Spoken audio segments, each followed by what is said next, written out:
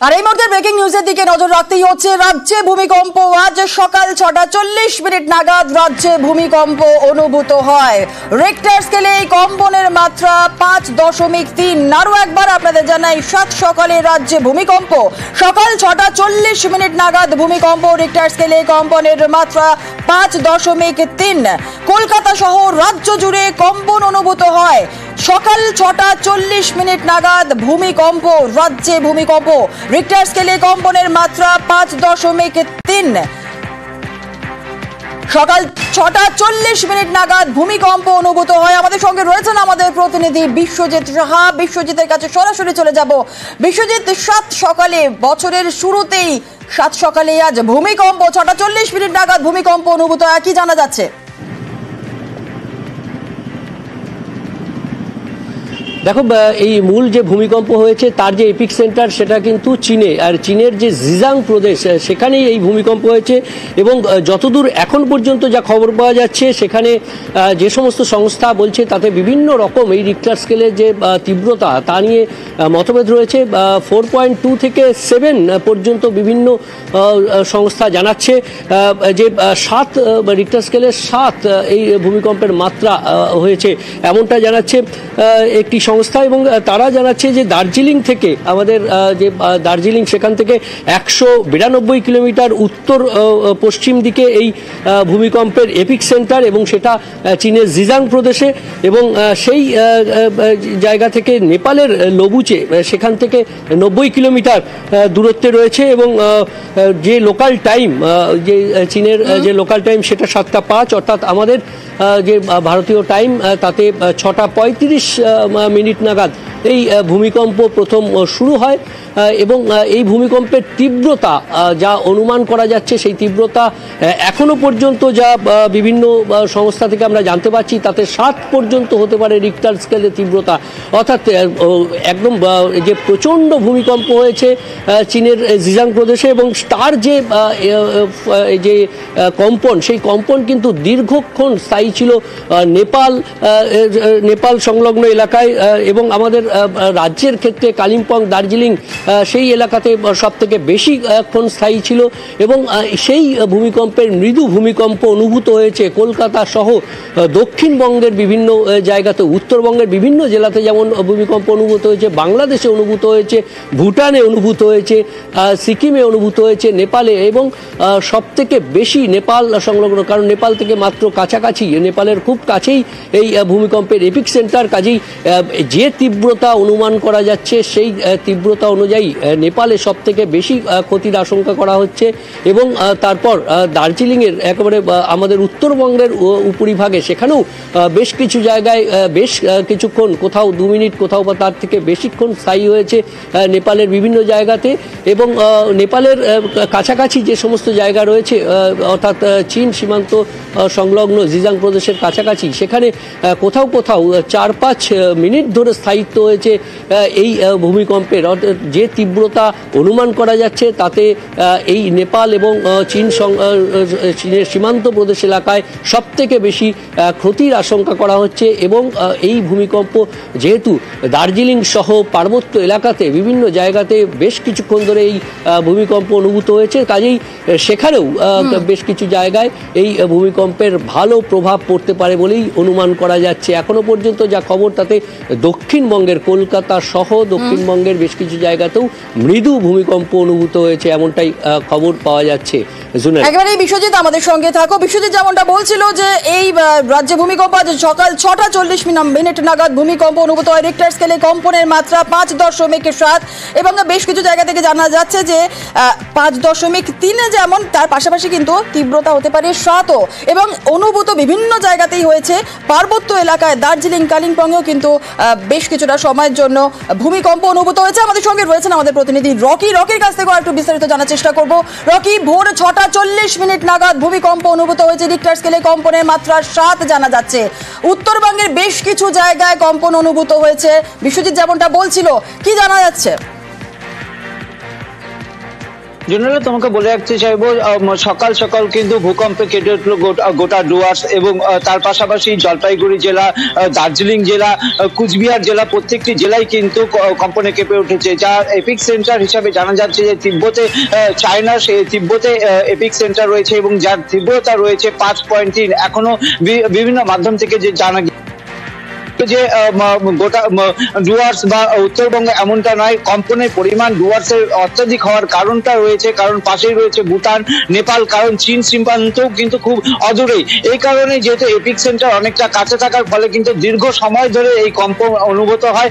এখন পর্যন্ত কিন্তু বড় ধরনের কোনো ক্ষয়ক্ষতির খবর পাওয়া যায়নি, কিন্তু তোমাকে বলে রাখতে চাইবো ডুয়ার্সে যে সময় এই কম্পন অনুভূত হয় তখন 6:37, মানে 36 থেকে 37-এর মধ্যে এই কম্পন অনুভূত হয় এবং বেশ কিছুক্ষণ কিন্তু এই কম্পন অনুভূত হয়েছে। বিভিন্ন জায়গার যা মাধ্যম থেকে জানা যাচ্ছে যে কম্পনের পরিমাণ স্থান ভেদে কিন্তু বাড়তে পারে এবং এই ফলে কিন্তু ভীত সন্ত্রস্ত হয়ে পড়েছিল গোটা ডুয়ার্স এলাকার মানুষ, যা সোশ্যাল মিডিয়ায় দেখা যাচ্ছে। এর ফলে কিন্তু এক কথায় বলা চলে, যেহেতু এপিক সেন্টার খুব কাছেই রয়েছে, ক্ষয়ক্ষতির পরিমাণ যে সকল চায়না বর্ডার সংলগ্ন, যেরকম নেপাল রয়েছে, ভুটান রয়েছে এবং পার্বত্য এলাকায়, সেখানে কিন্তু ক্ষয়ক্ষতির পরিমাণ বেশি হতে পারে, কারণ কম্পনের পরিমাণটা কিন্তু সেই সব এলাকায় বেশি হয়। আর এই কম্পনের ফলে কিন্তু যেরকম বাড়িঘরে চির ধরতে পারে, এমনকি রাস্তায় ধস পর্যন্ত নামতে পারে। সময়ের সাথে সাথে এই জায়গা থেকে একটু জানার চেষ্টা করবো, দার্জিলিং, তুমি যেমনটা বলছিলে যে দার্জিলিং, কালিম্পং, ডুয়ার্স এই সমস্ত জায়গাতে ভূমিকম্প অনুভূত হয়েছে, কতটা সময়ের জন্য ভূমিকম্প অনুভূত হয়েছিল? দেখো, আপডেট যেরকম আমাদের সহকর্মী বিশ্বজিৎ বলল যে কলকাতায় প্রায় 37-38 সময় টাইম, যখন 6:37 তখন অনুভূত হচ্ছে। তার অর্থাৎ হচ্ছে যেখানে এপিক সেন্টার রয়েছে 6:35 নাগাদ কিন্তু সেখানে ভূমিকম্প শুরু হয়। তার অর্থ হচ্ছে প্রায় 2 থেকে 3 মিনিট কিন্তু স্থায়িত্ব ছিল এই ভূকম্পের এবং স্থানভেদে এই ভূকম্প কিন্তু অনেকটাই বৃদ্ধি হতে পারে এবং যে সকল জায়গায় কম্পন বেশি হয়েছিল, অর্থাৎ পার্বত্য এলাকায়, সেখানে কিন্তু ক্ষয়ক্ষতির পরিমাণ বেশি হওয়ার সম্ভাবনা রয়েছে। চুনেলা, একেবারে আমাদের সঙ্গে থাকো।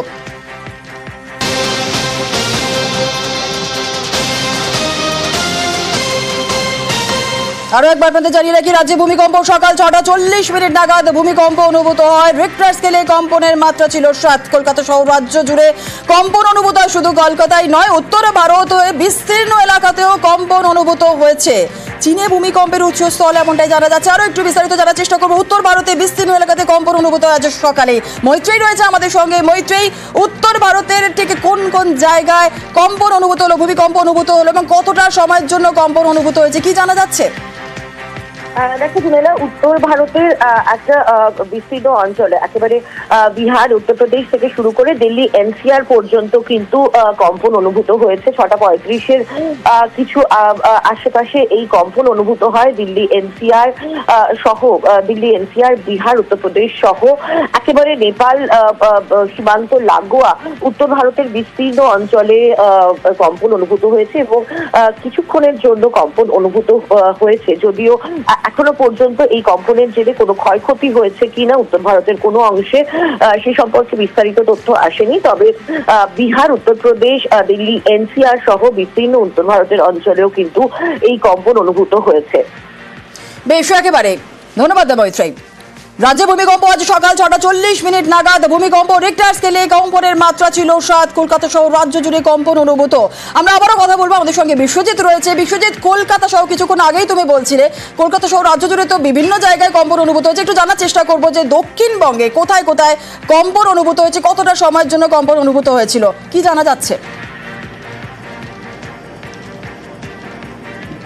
দেখো, মূল যে ভূমিকম্প হয়েছে তা আমাদের কলকাতা থেকে প্রায় 700 কিলোমিটার দূরে রয়েছে এর অবস্থান, অর্থাৎ লোকেশন, এবং এটা চীনের যে ওয়েস্টার্ন সিজাং, তার সেই ওয়েস্টার্ন সিজাং এলাকায় এই ভূমিকম্প হয়েছে এবং মাটির নিচে 10 কিলোমিটার নিচে এর ভূমিকম্পের উৎসস্থল এবং এখনো পর্যন্ত কোথাও 5.1, কোথাও বা 7 পর্যন্ত এর রিক্টার স্কেলে তীব্রতা কম্পন বলছেন বিশেষজ্ঞরা। ত্রিপুরা এবং এই যে এলাকা যেখানে এই সিজাং প্রদেশ রয়েছে এবং ওয়েস্টার্ন সিজাং যদি হয় এবং তার থেকে খুব কাছে রয়েছে নেপাল এবং সিকিম এবং নেপাল সিকিম ভুটান এবং সব থেকে বেশি যদি ক্ষতি হয় তাহলে নেপাল সীমান্তে, কারণ নেপাল সীমান্ত থেকে মাত্র 90 কিলোমিটার দূরে এর এপিক সেন্টার রয়েছে এবং কাজেই দার্জিলিং থেকেও যে এপিক সেন্টার, সেই এপিক সেন্টারের যদি আমরা দূরত্ব দেখি তাহলে প্রায় 200